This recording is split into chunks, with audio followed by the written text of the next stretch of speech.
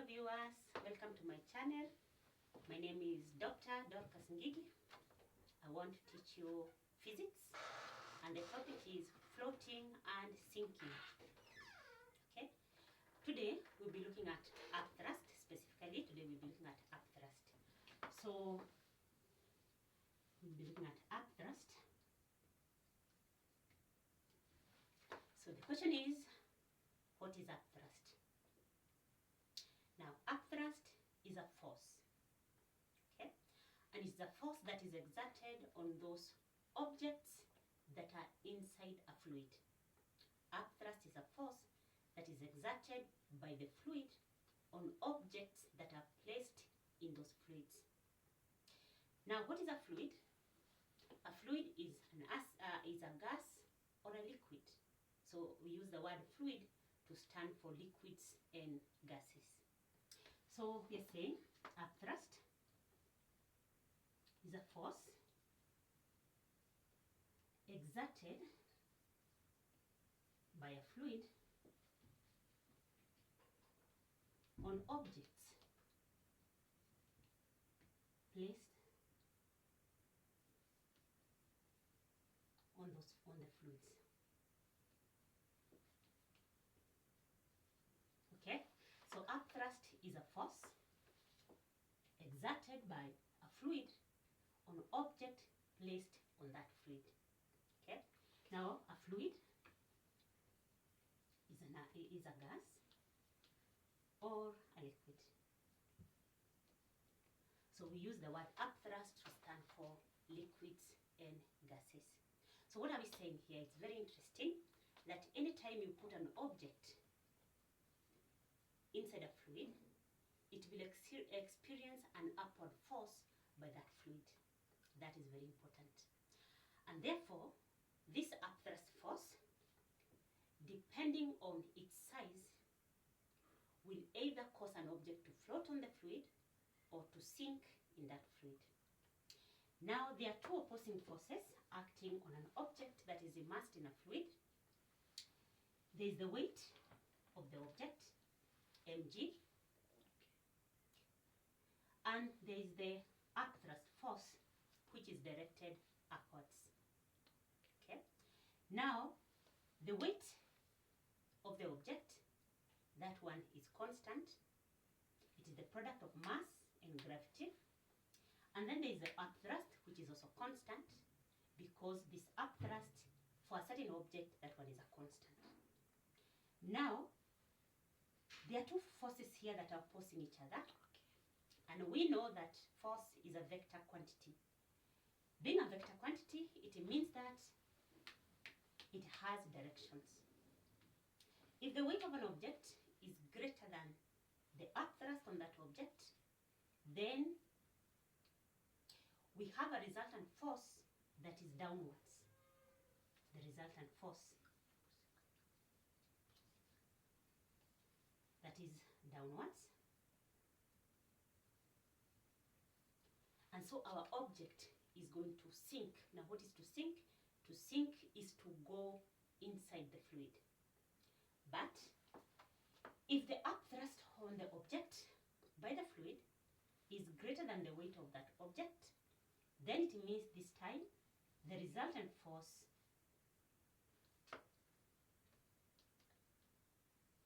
will be directed upwards. And this time, the object will either float, if it is on the surface, or if it is inside the fluid, then it is going to move up the fluid with an acceleration. Okay? Now, with that, then the next question we need to ask ourselves is, what is the source of this upthrust? Where does this upthrust come from? Where does this upthrust come from? Okay? Now, let's look at the source of upthrust.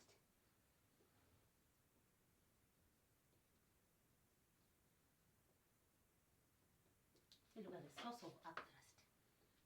Okay? Now, upthrust on an object by the fluid comes about due to pressure difference on the two ends of an object. When you place an an object in a fluid, then the two ends of an object will experience different sizes, different magnitudes of pressure. Let's take an example. Let's say we have a cylinder, and that cylinder is completely immersed. Let's say the cylinder is completely immersed in a fluid, a liquid. Okay. Now, the two ends of this cylinder experience different amounts of pressure. Why is that so? One, because the height, the distance from the surface of the fluid to the top part of the cylinder, that distance, if we call it H1, is much smaller, or is smaller than the position of the bottom of the cylinder from the surface of the fluid. Now, why is this height important? Because pressure due to liquid columns is given by density of the liquid times height times gravity. Okay? This is pressure due to a column of a fluid. It's normally given by the density of the fluid times height times gravity. But now here we are using our liquid, so that's why I've used density of liquid times height times gravity. Okay? Now let's look at the pressure exerted on the top of that cylinder.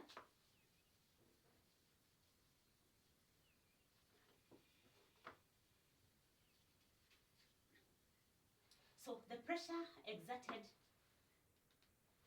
at the top of that cylinder, how do you calculate it? Now we have said pressure at the top, T for the top, will be given by density of our liquid times H1 times gravity.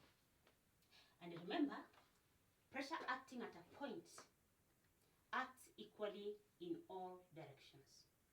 Pressure acting at a point due to a fluid acts equally in all directions. So, but the pressure we are interested in is the pressure that is acting downwards. Okay? Now, pressure acting at the bottom, P bottom, will be given by the density of the liquid times H2 times gravity. Now, that pressure is acting at the lower area of that cylinder, and that pressure is acting in all directions, equally in all directions. But now the pressure we are interested in is the one that is acting upwards. Okay? Now, pressure acting on an area generates force. Pressure is force over area. Okay? So if I want to get force, then it's force. If I make it the subject, by multiply by area both sides, then force is pressure times area. So we are saying when pressure acts on an area, it generates force. So we can calculate force at the top, which is the pressure at the top times area. So pressure at the top is density of the liquid times HA times gravity times area. This is area. And the two areas are equal. Remember, we are dealing with a cylinder here. So it is the base area, which is circular. Then force at the bottom is what? It is density of the liquid times H2 times gravity, our pressure, again, times area. Okay. Now, as you can see, there are two forces here that are acting on the surfaces of the cylinder. There's one force that is acting on the upper part of the cylinder, which is acting downwards. Remember, force is a vector quantity. So force at the top is acting downwards, the direction of pressure, while the force at the bottom is acting upwards, the direction of pressure. Forces being vector quantities, when they are acting in opposite direction, they cancel each other, so we subtract them. We subtract them to get what we call the resultant force. So the resultant force is the actual force that is acting on our cylinder. The resultant force is the actual force that is acting on the cylinder, because there are two forces, and the two of them are opposite. So the resultant force will be the actual force that is acting on the cylinder. Now, that depends on which force is greater than which. Okay? So let's calculate the resultant force. R is the resultant force, will be given by force at the bottom minus, at the top, sorry. We want to calculate at the bottom minus force at the top. Now, in this case, we want to assume that the upthrust, the force at the top and the top force at the bottom, whichever is big determines where the object will go. Okay? So if we were to get the resultant force, now assuming, let's say the force at the top is greater than the force at the bottom, okay, then the resultant force will be density of the liquid, H1, gravity A, minus density of the liquid, H2, gravity A. As you can see, density, gravity, and area are common, so we can as well factor them out.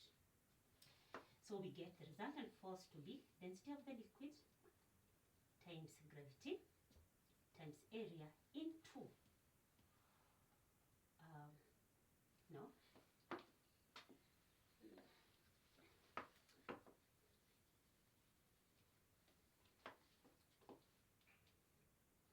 So I'll explain why I'm doing that. So this one we have H2 minus H1. So in this case, we are taking the force upwards, upthrust, to be greater than the force acting upwards to be greater than the force acting downwards. Okay. So our resultant force therefore becomes a density of the liquid times gravity times area into H2 minus H1. Now let's check.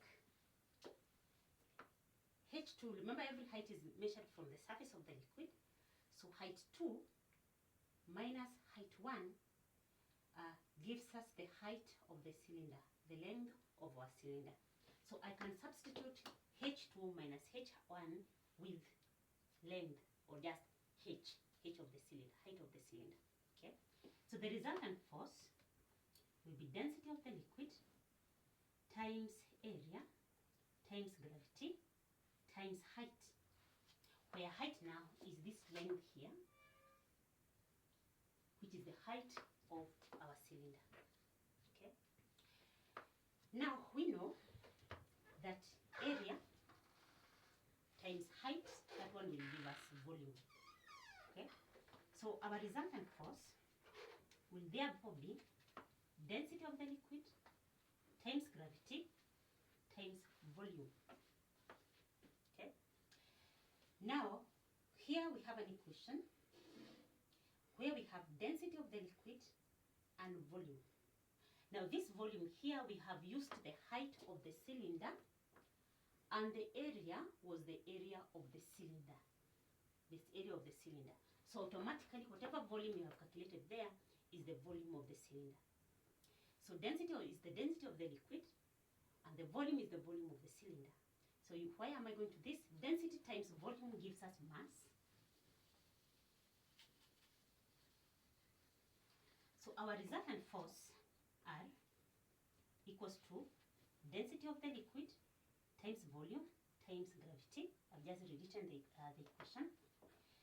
Now, the volume and the density, this is the volume of the cylinder and this is the density of the liquid. So if I multiply them, remember density is mass divided by volume. So density times volume gives us mass. So what mass are we talking about here?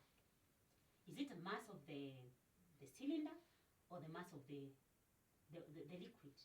Now it has to be the mass of the liquid because we are dealing with the density of the liquid. So it is the mass of the liquid. But now the volume of that liquid must be equal to the volume of the cylinder because we are using the volume of the cylinder. So we are dealing with mass of liquid whose volume is equal to the volume of the cylinder. And number 2, the resultant force which you have obtained, remember, is upwards.